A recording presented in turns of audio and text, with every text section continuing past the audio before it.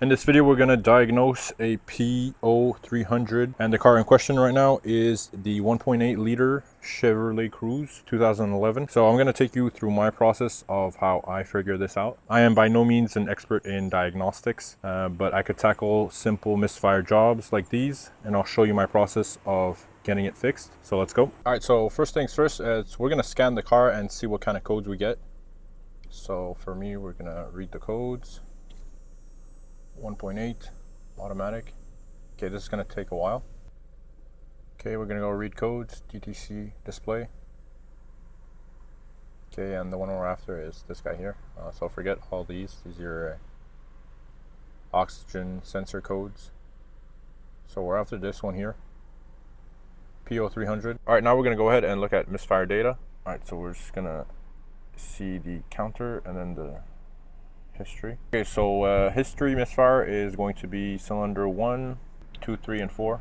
So it's not cylinder specific. So if it was cylinder specific, we could have gone ahead and swapped out either the coils or the spark plug, and so swap it out with the cylinder that's misfiring with one that's not misfiring.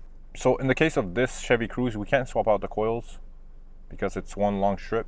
And from the data here, we could tell most of the cylinders are misfiring except cylinder 1. It's misfiring way more.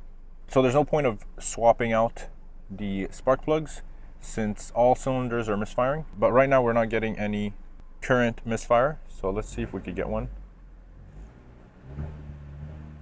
Yeah, we got number 3 is already up.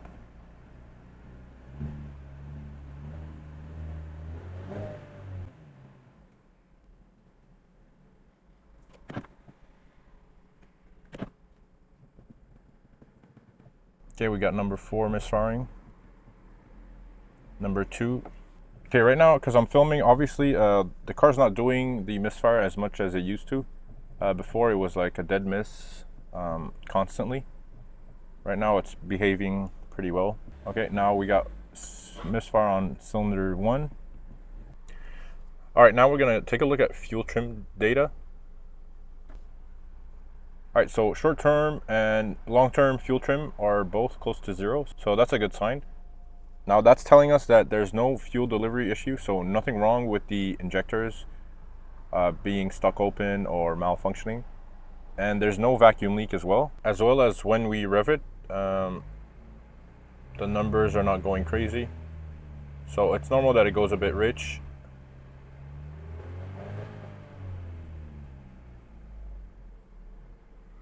So they're back at close to 0, and that's a good sign. So when tackling a diagnostics issue, it's important to have the right procedures and diagrams with you, especially if you're going to be chasing wires and testing components. A wiring diagram is a must-have. I'll put a link in the video description where you guys could get the service and repair manuals for your car. It's emmanualonline.com. I'll share my discount code as well, which is OneTrickTech22 for 22% off your order. So these manuals also come in handy when doing big jobs like a timing belt, a rear main seal, or an oil pump. It gives you the exact step-by-step process to get the job done, so you don't have to take off components for nothing.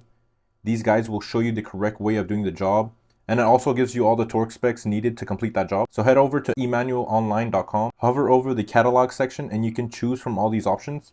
They have a ton of options and repair manuals.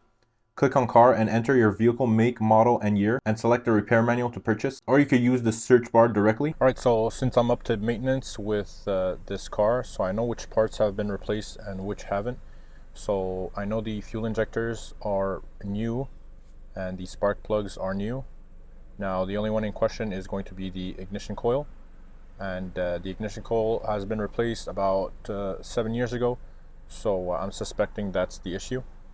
And after looking at the live data, we don't have any short-term fuel trim issues or long-term fuel trim issues. Both of them are close to 0. So that means I don't have a fuel delivery issue. So any issues with the fuel injectors being stuck or not firing, that won't be an issue. And I also don't have a vacuum leak since the fuel trims, short-term and long-term, are telling me that. And also we could tell it's not a wiring issue or a communication issue because we're not getting any circuit codes, so control circuits or high resistant codes with the ignition coil. We're just getting a misfire detection with the P0300 code. All that's left is the ignition coil, and that's going to be the most educated guess. And by replacing the ignition coil, the problem should stop. All right, now we're gonna go ahead and swap out the coil.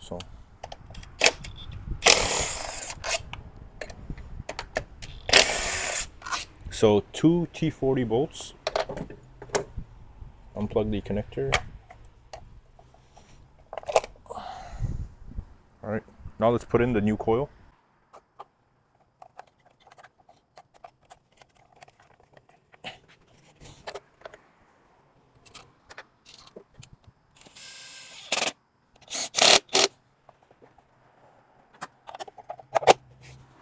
All right, now that the new coil is back on, let's go back and check the live data to see if there's still any misfire counts.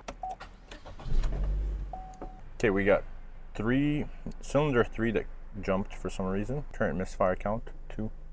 Okay, now it's back to 0. So we're actually gonna go test drive this and see if the misfire counters come back. But right now the car is feeling a lot better. All right, so after test driving for about 10 minutes, the counts have not come back and the car feels a lot better. So that's going to be the fix for this P0300 code, the ignition coil. So this is going to work on any car with a P0300 code. You could approach this the same way I did. So by looking at fuel trim data and swapping out the coils and spark plugs if needed.